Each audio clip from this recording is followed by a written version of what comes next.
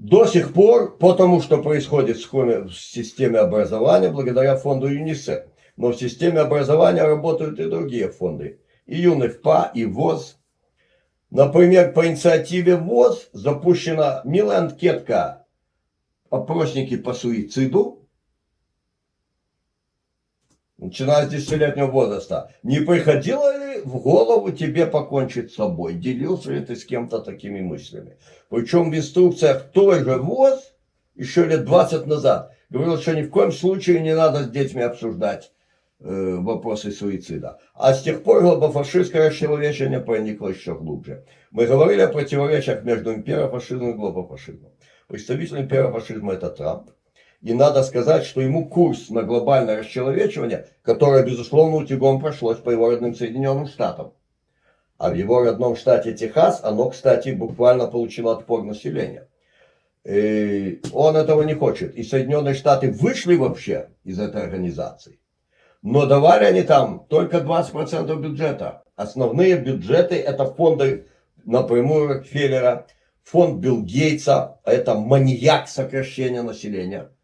Всемирный маньяк по сокращению населения. И понятно, не только он один там миллиардер, который стоит за всеми этими колоссальными суммами, вливаемыми в фонды ООН. А ЮНФПА проводит свою систему на максимальное насаждение, расповсюдживание половых извращений, подрыв института брака, тоже применительно к страновым условиям. Не козлы там работают, а специалисты высочайшего класса, которые очень четко проводят свою политтехнологию. Значит, секс-просвет, который ведется под курацией ЮНФПА, там рассказывают школьникам белорусским, что в цивилизованных странах, мы знаем, кто такие цивилизованные, да, и сегодня немножко говорили, где 40 свидетелей исчезают, и конвейер для педофилов продолжает работать. Они цивилизованы, эти страны. И там все больше рассматривают мужеложество как болезнь, а не как преступление. Это грубейшая ложь. Это этап, который был 80 лет назад. Сейчас линия, что вообще не существует половых извращений. Что это вообще норма. В МКВ-11 все половые извращения объявлены нормой. И проблема только если дает какое-то чувство личного дискомфорта извращенцам и насильникам над малолетними. Само поднятие насилия над малолетними фактически исчезает. В тот момент, когда говорят, что не должно быть возраста полового согласия. А уж как оно на самом деле в псевдоцивилизованных странах, пионерах расчеловечивания, это уже школьники найдут. Но они поймут, что ужасаться не надо, ведь тон минорный. Особенно циничен опросник в конце этого просвета. Считаете ли вы гомосексуализм, значит, тем-то и тем-то? И является ли он для общества тем-то и тем-то? Или личная проблема людей? Но для того, чтобы ответить на вопрос, надо сначала изучить материал. Какие проблемы создает обществу социально-медицинский, социально-духовный гомосексуализм? Может знать подросток из нормальной семьи? Нет, он не знает. В школе ему об этом рассказали?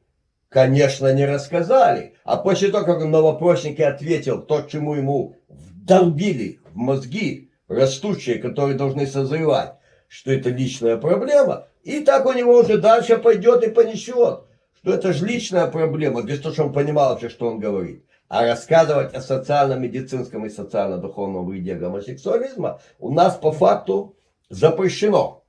По факту. Например, жизненно-защитная организация определенная, которая проводила лекции много-много лет. Программа такая: два пути. Путь жизни, путь смерти. То есть путь традиционных ценностей, семьи и т.д. И путь, значит, западной деградации. Так, подрыв института семьи, извращения, наркотики, культ смерти, суицида, всякие такие вещи. Да, ну в школах они, естественно, не говорили про культ смерти и суицида. Это в лекциях для взрослых, да. Два пути. У них программа, как бы, да. Есть наборы стендов, вот. И они рассказывают о социально-духовном, социально-медицинском вреде мужеложества вкратце. Прокуратура начала допрашивать эту организацию, и школа выступать им запретили. Почему? А потому что они пропагандируют гомосексуализм. Это как? А очень просто. работают специалисты, работают не топорные лохи.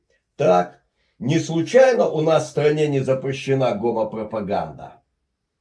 А когда говоришь, почему не запрещено, а кто у нас занимается гомопропагандой? Я говорю, а кто не занимается? Все, что не запрещено, разрешено. Ответить на это нечего.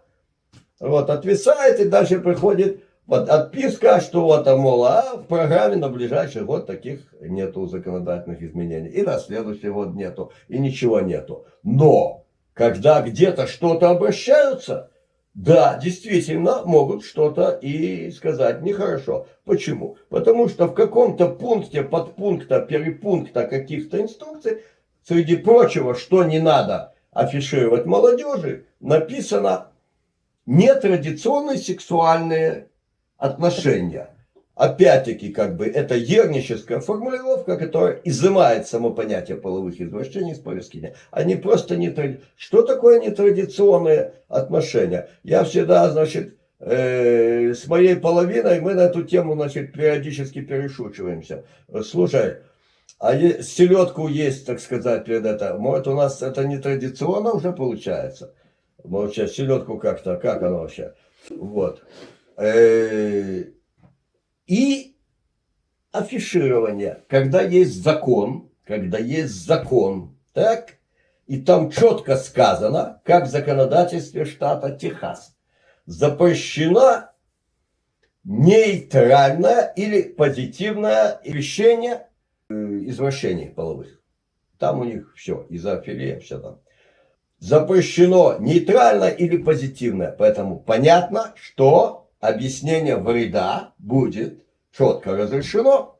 А когда нету запрета гомопропаганды, а в пункте-перепункте написано не афишировать, тогда те, кто пытаются, пробивая вот эту стеклянную стену, рассказать подросткам о социально-духовном и социально-медицинском вреде муравьевства, против них начинает работать прокуратура. За что? Упаси бог, не за то, что, ну как, тоже хорошо, как бы, да, что у нас те, кто затеяли в прошлом десятилетии судебный процесс против газеты «Вечерний Могилев», они хотели выбить прецедент, что будет запрещено вообще публичное осуждение половых извращений. Благодаря тем активистам, которые тогда действовали в этой области, это дело провалилось. Среди них ваш покорный слуга, почему бы не отметить заслуги. Всевышнему они известны, но пусть и люди узнают. Вот. Но ерническим образом, а вы афишируете перед несовершеннолетними. Вот такие дела. Это то, что касается сферы образования. Дальше мы расскажем о том, что происходит в сфере социальной. Пока на этом все. Следующее заседание клуба вы скоро увидите.